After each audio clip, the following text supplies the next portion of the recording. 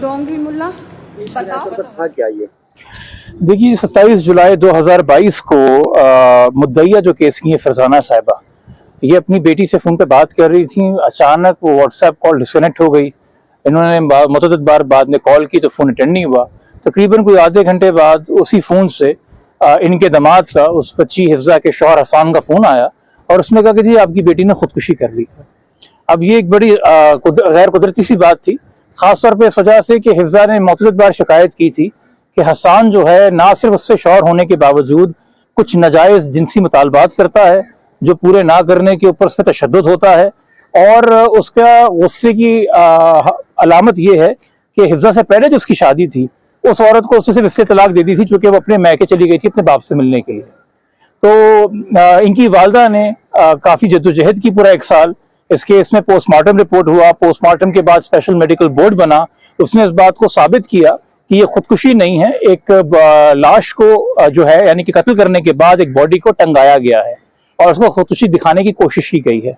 इसके अलावा इसमें जो फोन्स का फोरेंसिक हुआ, उन्होंने भी इस बात की तस्दीक की कि वाकई में जो मौत का वक्त बताया जा रहा है उस वक्त हिफ्जा उस फोन से अपनी वालदा से बात कर रही थी फोन के ऊपर, जिसका कि वालदा ने क्लेम किया था।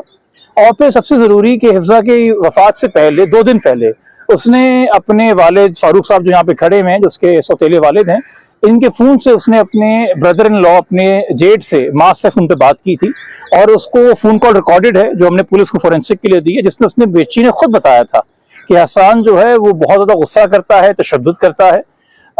हसान ने जो है अपना दफा ये लिया कि जी मेरी बीवी नशे की आदी थी, डिप्रेस थी, इसलिए उसने खुदकुशी कर ली, मगर मेडिकल ने ये साबित किया कि उसकी बॉडी के अंदर कोई भी नशा आवर चीज़ नहीं मिली।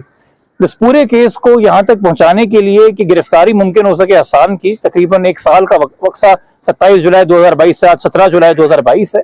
बहुत सारे प्रेशर्स वगैरह इस केस में पड़ते रहे, मगर फरजाना साहिबा जो केस की मुद्दईया मेरे साथ खड़ी हैं, इन्होंने हिम्मत नहीं हारी और आज जो है गो के हसान के वालिद को शवाहिद के ना होने की वजह से बेल मिल गई है, मगर हसान की हद तक जो है बेल खारिज हुई है और वो इस वक्त लॉकअप में और कस्टडी के अंदर है। ट्रायल कोर्ट में क्या सिचुएशन है?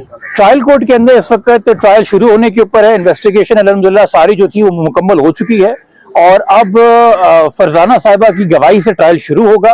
बीच में जो स्पेशल मेडिकल बोर्ड की रिपोर्ट आई है उसको रिकॉर्ड पे लाने के लिए एक दरखास्त की समाअत होनी है।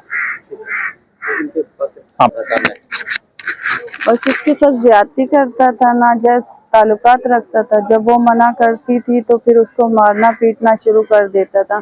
जब हम इसको वो जो हमें शिकायत करती थी, हमारे घर पे आती थी, तो हम उसको जब बोलते थे तुमने ऐसा क्यों किया, तो वो कुरान बीच में ला के रखता था कि ये आपकी बेटी झूठ बोल रही है, मैं सच्चा हूँ, मैंने कुछ भी नहीं किया। फिर भी हम कोशिश कर, हम कुरान को देखते थे और फिर हम अपनी बेटी से सवाल करते थे तुम ऐसे कैसे बोल रही हो, तो बोलते नहीं ये झूठ बोल रहा है, ये झूठा इंसान है कि ये झूठ बोल रहे। बस ये वहाँ पर सूजाबाद में भी लेके गया, वहाँ पर भी इसके साथ ज्यादती किया, इसको मारा पीटा। तो फिर बहावलपुर से जब यहाँ पर कराची में लेके आया तो बहावलपुर में इसको बोल रहा था कि आप चलो मैं आपके खून के आंसू रुलाऊंगा। तो 4 बजे उसने मुझे वीडियो कॉल किया, 4 बजे वीडियो कॉल किया, 1 घंटा मेरी वीडियो कॉल पे बेटी के साथ बात हुई है।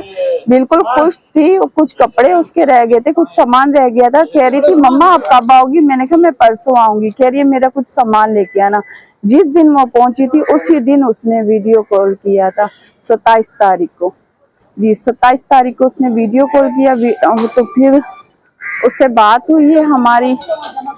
उसे आप क्या चाहती हैं, क्या होना चाहिए? मैं बोलती हूँ बस इसको सजाए मौत हो, मुझे इंसाफ मिले और अल्लाह ने यहाँ तक पहुँचाया, इंशाल्लाह इसको फांसी के तख्ते तक भी जरूर पहुँचाएगा। तो ये मुल्ज़िम क्या करता है?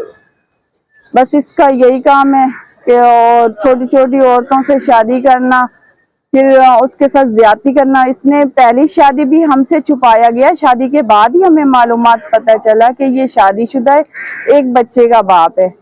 तो तब भी इसके भाई हमाद ने और उसके बाप ने बोला आपकी बेटी को कोई तकलीफ नहीं होगी। फिर उसके ऊपर झूठे, जब वो शिकायत करती थी तो फिर उसके ऊपर झूठे इल्जाम लगाता था कि ये खिड़की से कूद के भाग रही थी, अबे दरवाजे से वो आ सकती है, वो माँ को कॉल करके बुला सकती है, किसी को भी बुला सकती है। उसको इतना तीसरी मंजिल से वो कूदने का मकसद ही क्या है? कूदने का है उसने, ये कहते हैं कि पहले भी इसने खुदकुशी करने की कोशिश की है, तो वो सबूत दिखाएं मुझे। वो दिखा रहे हैं जो वो चादर पे, एक चादर पे बैठी है। जब भी इन लोगों ने मुझे बुलाया तो मेरी बेटी ने ये कहा कि जब ये मुझे मारा था, पीटा था, जब मैंने ससुर को बोला तो मेरे ससुर ने यही बोला, तुम लोगों ने ना मुझे पागल करके रखा है। मेरे शोहर ने, मेरे ससुर ने मुझे धक्का दी है वहां से। जी, थैंक यू। धक्का दिया है। जब सब पड़ोसी वहां पर जमा हो गए हैं कि लड़की यहाँ से चादर के ऊपर बैठी हुई है, ये क्यों बैठी हुई है। बाद में उन लोगों ने मोहल्ले वालों को ये बोला कि ये खुदकुशी करने की कोशिश करी थी, ये भागने की कोशिश करी थी। वो भी कितने बजे? 1 बजे 2 बजे। क्यों? दिन में उसको टाइम नहीं मिला?